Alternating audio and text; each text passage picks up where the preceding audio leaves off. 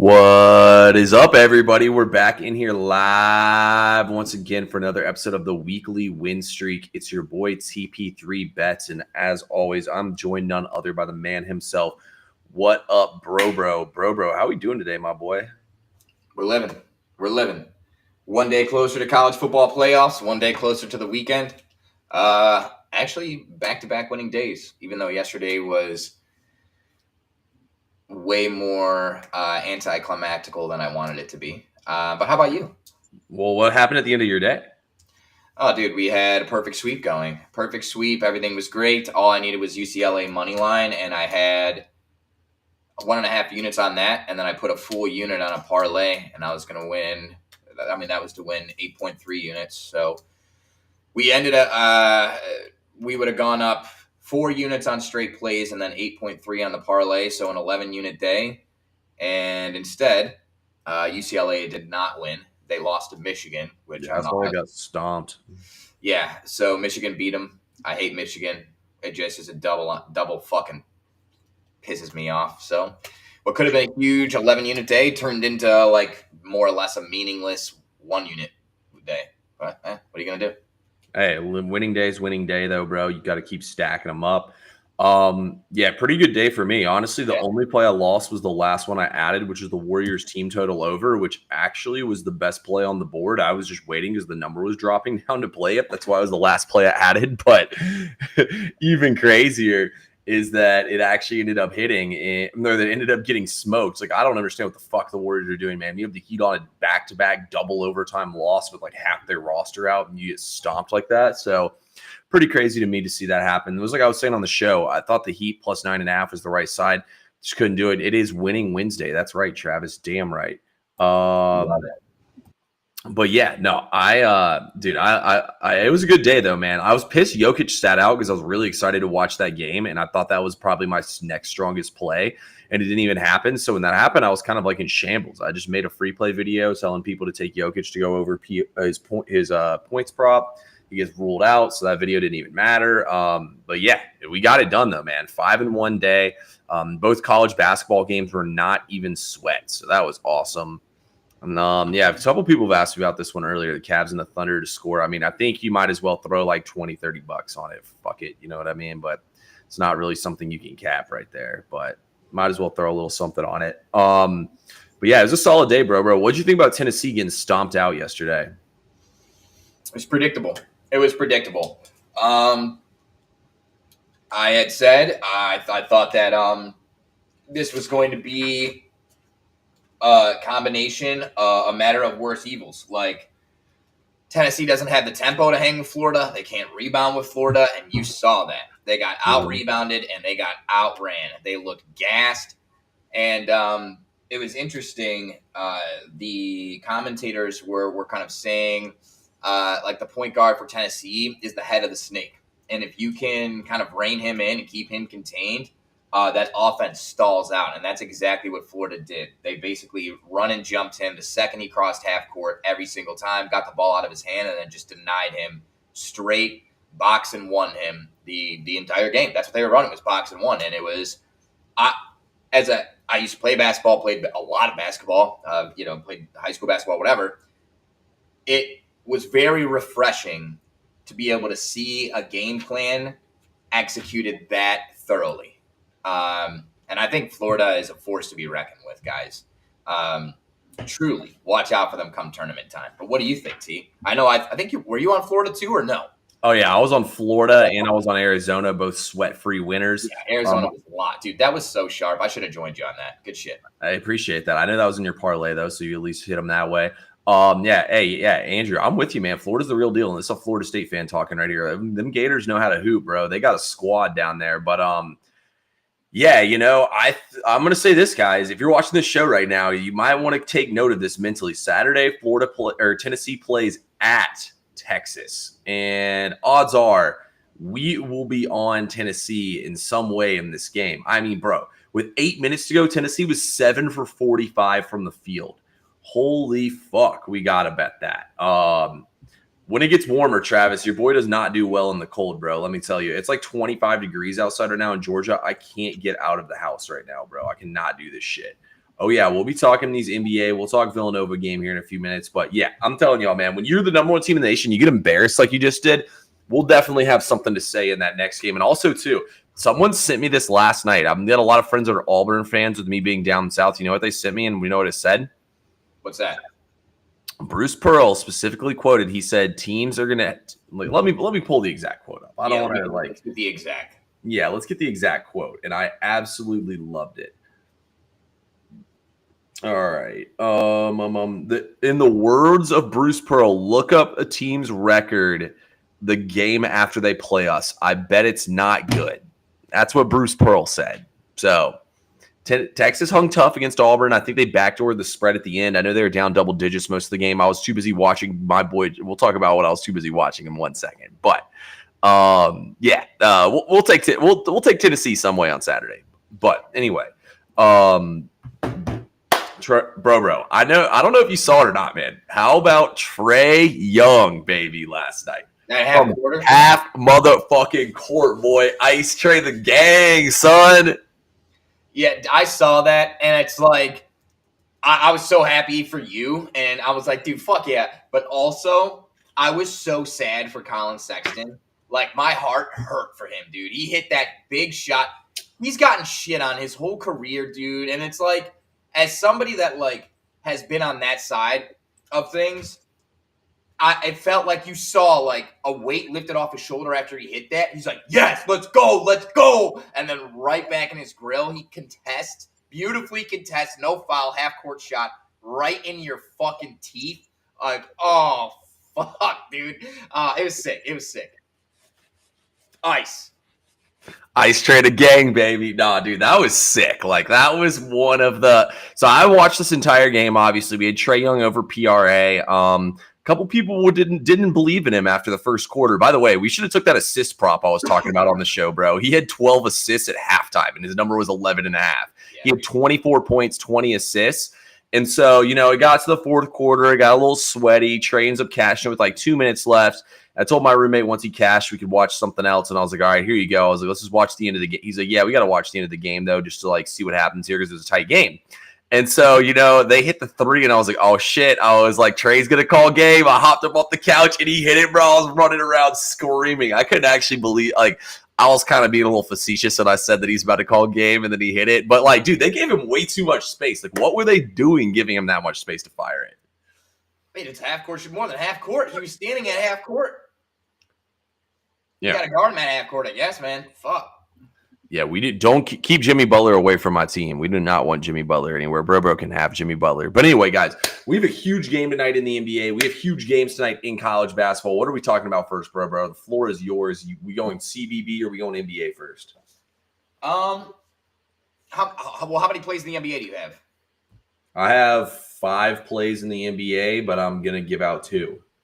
2. And how many in college basketball? Okay. I'm very low volume in college basketball. No, that's fair. Let's why don't we start NBA? All right, let's do it. Yeah, we'll start NBA. Because it's a little bit of a fun content here. There's a lot of great games out there. We'll definitely get to a play. The play is going to be in the Cavaliers Thunder game. I think everybody is really looking forward to that game.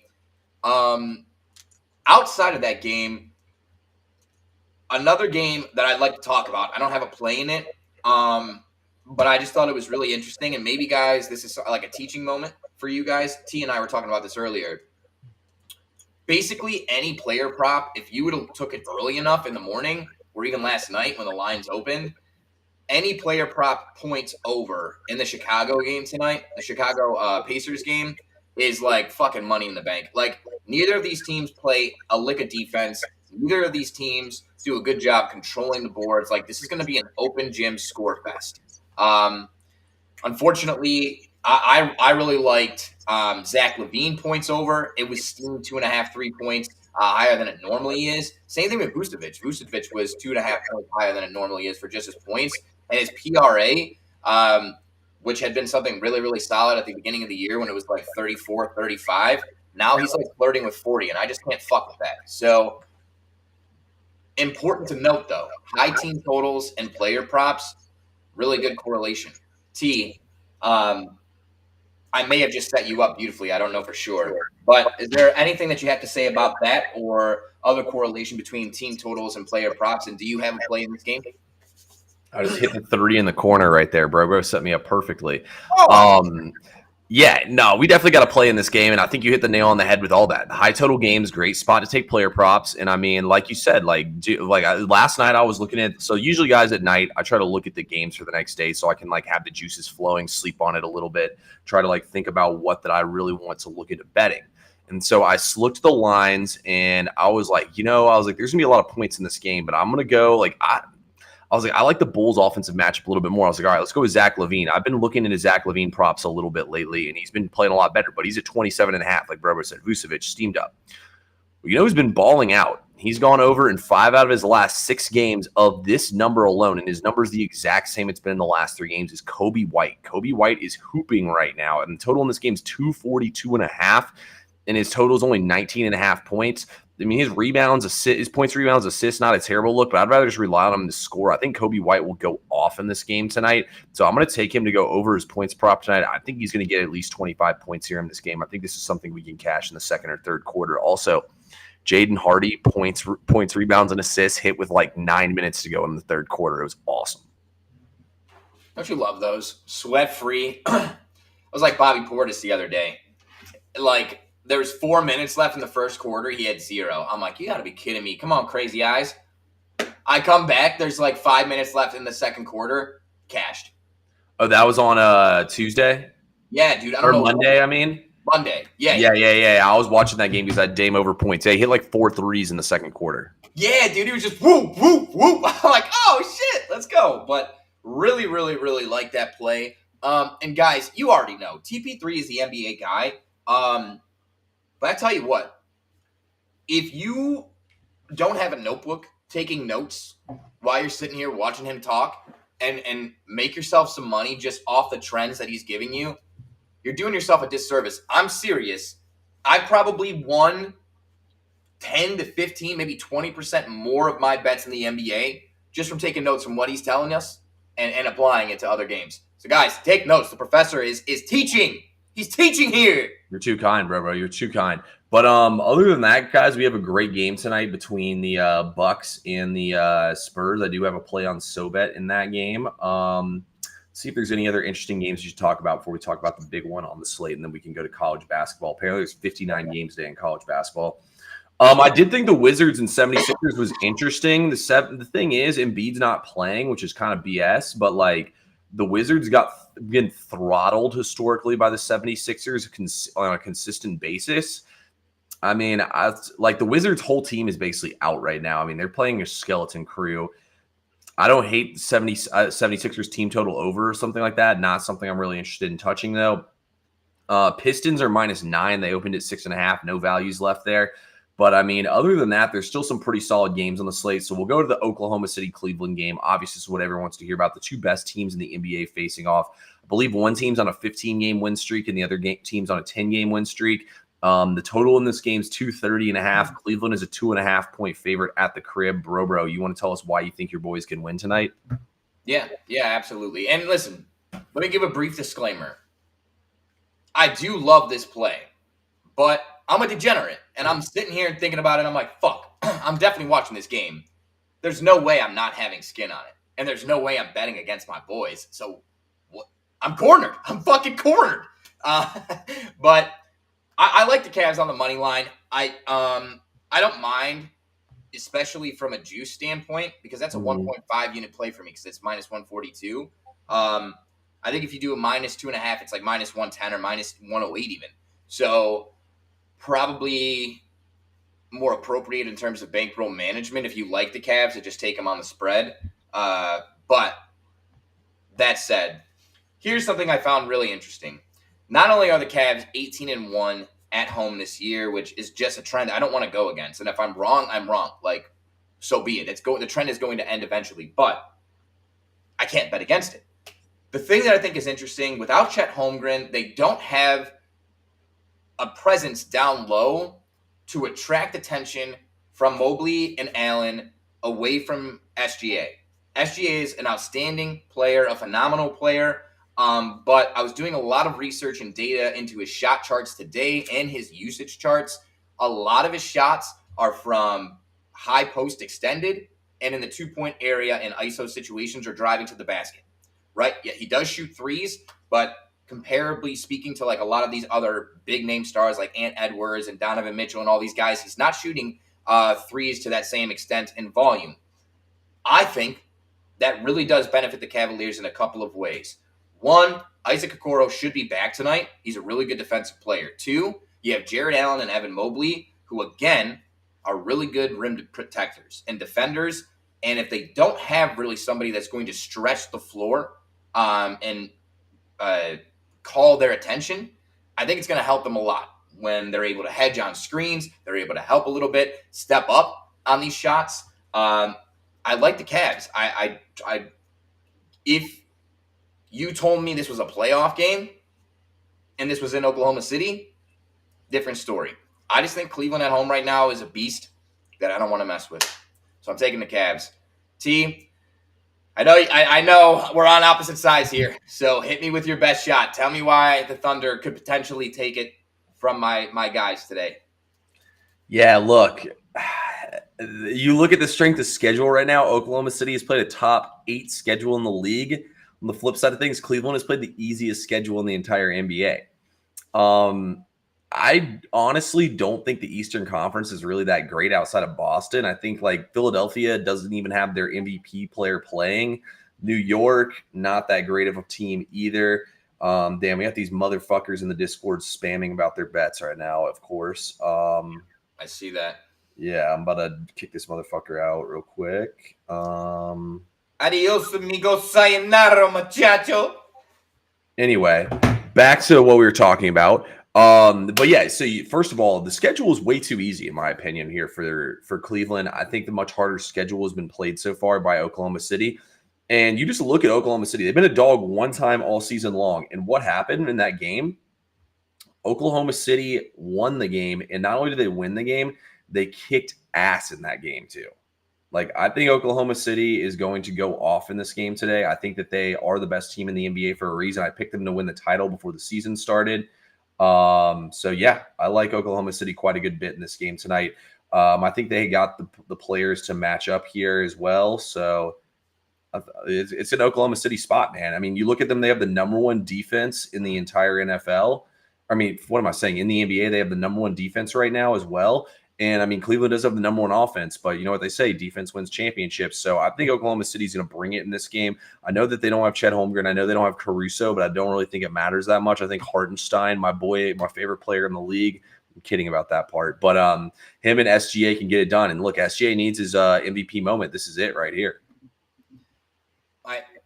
I definitely think, Ben, we got you. Just hang on. But I definitely I think it's gonna be a close game. That's why it's basically pick 'em. I mean, it's maybe not basically pick 'em, but it's a very small spread. Yeah. I can definitely see it going either way. I just don't hate on my Cavs too much. They just no, I'm not hating on the Cavs. I mean, dude, if the Cavs are playing the Celtics at home, I'd probably shoot my shot on the Cavs. If the Cavs were playing pretty much any other team in the league, honestly, at home, I would be taking Cleveland in this game. Like, I think Cleveland is definitely going to get to the Eastern Conference Finals. I don't think Embiid can make it through an entire playoff run in order to make it deep enough. So I think that ultimately, bro, when you look at just the way that this Cavs team's built and the way both these teams are built, like, I just think Oklahoma City's a juggernaut that kills everything in front of them. Like, I feel like Oklahoma City is more likely to lose to like a scrappy Houston team or like somebody like that rather than like you know what I mean? Like, they're going to get up for this Cavs game. Like, I think they're more likely to lose a game where they're not up as much and a team just like goes off from 3 or plays them really tough on the defensive end.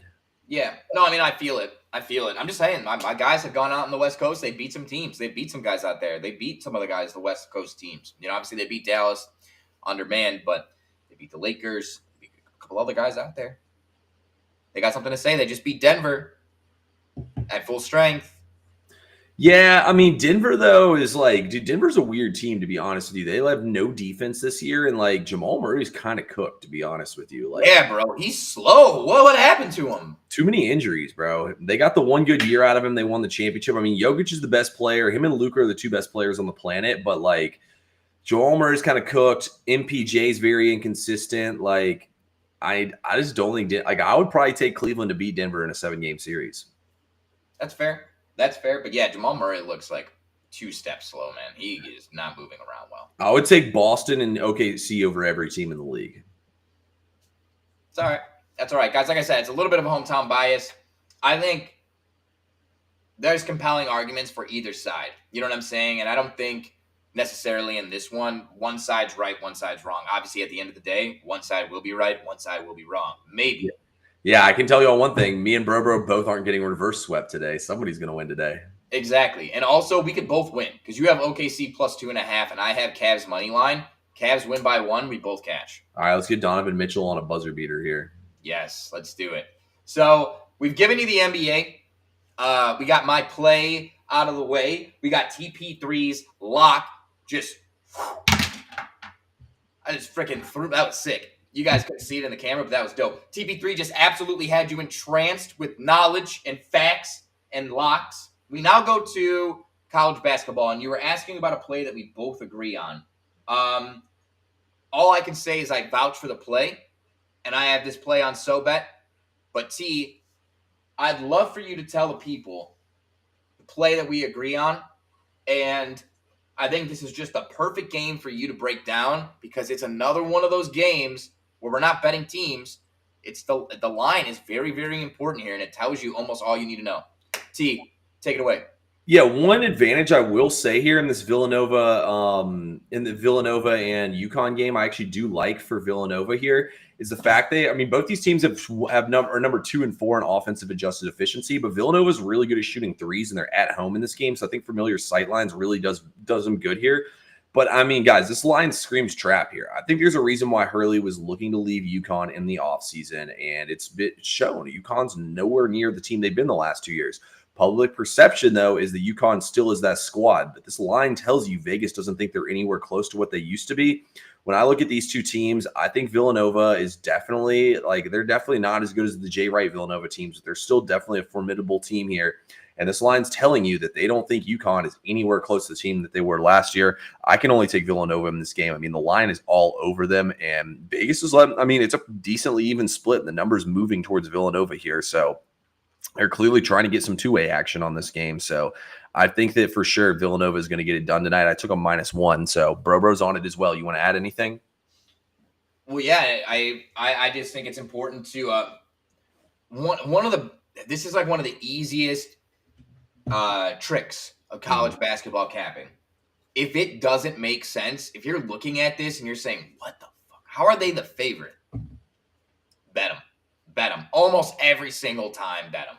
Obviously, you don't want to blind bet anything, but there are very few exceptions to the rule. Like, the one thing I wanted to add, these teams are both outside of the top 325 in adjusted tempo. These teams they want to run set plays. Villanova has the leading scorer in the country in Eric Dixon. The guy can get a shot anywhere. UConn doesn't have anybody that can get their own bucket consistently. They have Carabin. They have a couple of those other guys that, yes, they can score, but a lot of it is created off the offense itself instead of a player going out and getting the basket. Also, we talked about this yesterday or maybe the day before in the Wisconsin game. This is another short spread, 2.5. Villanova shoots. Is it 2.5 now? Or no, -1. Sorry. Okay. I was about to say, hell yeah. I was looking at this paper here that I have Providence -2.5. I just gave you a free play, but I'm not giving you any breakdown there. Going back to this, Villanova shoots 79% free throw line, and UConn has a huge foul problem. They foul more. They're again outside the top 320 in fouls committed per game. So I think Villanova is going to be able to get to the line, and when they're slowing it down, they have the best ISO player. I like Villanova a lot here too. We move on to another play that I really, really like, guys. And there's a couple of different ways you can play this. We're going to go to the Alabama-South Carolina game. And I know we talked about a very similar game yesterday. We were looking at Iowa State. a little bit of a longer spread at 17.5. This is only 10. But I think it's really an indication of confidence in a team when you see a double-digit spread on the road as a favorite. That's substantial, especially when we're talking about in conference. Okay, South Carolina, a lot of especially public bettors remember their run last year with DJ Burns. They had a star point guard as well. I just, for whatever reason, cannot remember his name. I couldn't remember when we were talking about it earlier. Still can't. He's not there either. Here's the deal. South Carolina has played 4 top 75 teams: Xavier, Indiana, Mississippi State, and Clemson. They've given up 87, 85, 85, 88.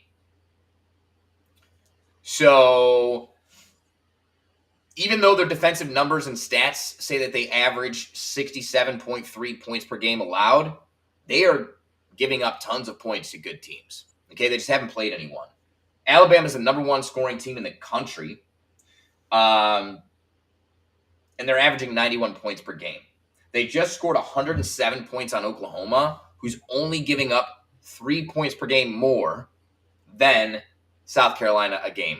I don't think this game is going to be any close. I have Alabama minus 10, Alabama team total over 83.5. Both of them. Love them both. Yeah, I like that look a lot. Honestly, I looked at this game, thought about taking the over. I did look at Alabama a little bit as well.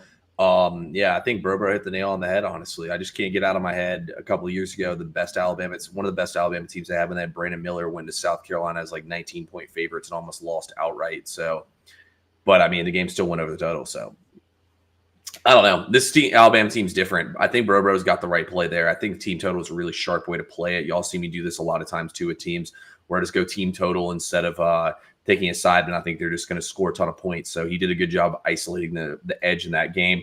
Another game I thought was pretty interesting today in college basketball was Arkansas minus 3.5. I looked into this one pretty heavily. Arkansas just got kind of busted in their last game, so it feels like a good bounce back spot for them at home. Ole Miss is a really physical basketball team. They're not like an insanely efficient and effective offense. So I felt like Arkansas minus 3.5 is probably a pretty good bounce back spot for them. But I don't know. What do you think about that game? Yeah, no, I agree. I agree. It's another situation where you see Ole Miss. I think they're ranked 23rd in the nation. That number next to their name is such a tricky, sneaky little fucking devious thing that Vegas does. If you're not in the top 10, that number doesn't fucking matter. I agree. You know what I'm saying? And even sometimes in the top 10, it doesn't matter. It's arbitrary. These are just old guys that are not even watching all these games, making up these fucking rankings based off of what the computers say. Yeah. So I like that play a lot. You got a fast-paced team, tough team on a bounce back. I like it. And if at the end of the show I got a parlay I'll give away. We almost cashed the parlay yesterday. UCLA fucked us. Let's try to cash one tonight. But there is a play in that game in the parlay. Okay. We love it. Any other games you want to talk about in college basketball before we finalize picks and get out of here? No, I think we've done a good job getting all the points and bullet points that we wanted to hit. Some really good value on the slate. What about you? You got anything else? Not too much for me, bro. All right, for sure. Well, guys, you already know where to get all of our plays. Links in the bio for both of us. Make sure you're using our sign-up codes to get the discount. And guys, go to our YouTubes, hit the subscribe button, and turn on notifications. So when we go live, you get the notification. You guys got all these locks just tuning in for about 25 minutes for free, and you're going to come out units. Straight fucking units. We'd love to see you over on SoBet. We also have a free pick Discord. Make sure you're asking us about that. It's called the Locker Room. We're allowing people to get in there, win a few plays from myself, TP3, and one other guy, Hobby Capper from SoBet. And once you get a few units under your belt, you jump into SoBet, and basically we generate the income for you so you can pay for your subscription via the Discord. We'd love to have you join. We can't thank you enough for your time. Hope you guys are having a great week, and thanks for tuning in. The parlay of the day. We talked about the Arkansas game. I love it. It almost made the slate, but I like the money line. Minus Huh? 175 on the money line is like so perfect for a parlay, but not great for a straight play. So Arkansas on the money line, UCF minus 2.5. Colorado visits UCF. This line, the line movement's fucking insane. It opened at 4.5, and now the actual line is at like 7 or 7.5. This is an alt line, minus 2.5. UCF got absolutely embarrassed by Kansas. Their last time out, they lost by like 40. For them to be favored like they are against a pretty solid Colorado team gives me a really strong indication this is a bounce back spot for them at home. Give me UCF minus 2.5. Then we have Providence money line. I've been on Butler's ass all year, and I will not stop. They fucking suck. They're soft. They're shite. Providence is super, super physical. They also have their best player back from injury, and people are not talking about this kid enough. Bryce Hopkins is fucking legit. He's 6'7". He's got a long wingspan. He's tall, athletic. He's averaging 17.4 points per game, 7 rebounds, 3 assists. This dude is legit. He's back in the starting lineup tonight, so we like Providence on the money line. And last but not least, Illinois minus 4.5. Penn State has only played 2 road games, and they haven't looked good in either one. Illinois is just, they're like, Penn State is the Walmart version of Illinois, and that's the best way I can say it. I think Illinois is going to really, really play well tonight, and 4.5 points. That the organic spread now I think is 11.5. So we bought down the total in terms of odds on this is plus 650 even. Okay. So Robo's going in today then. Yeah. Yep. I'm really locked in. I feel like we were so close to a huge day yesterday, and it's bound to be our time. It's bound to be our time. You got to keep shooting. You got to keep shooting. Shoot or shoot. Love it. Let's get this fucking money, guys. Tomorrow we're gonna have college football playoff and more. We'll be back on here live once again. Bro, any parting words for you?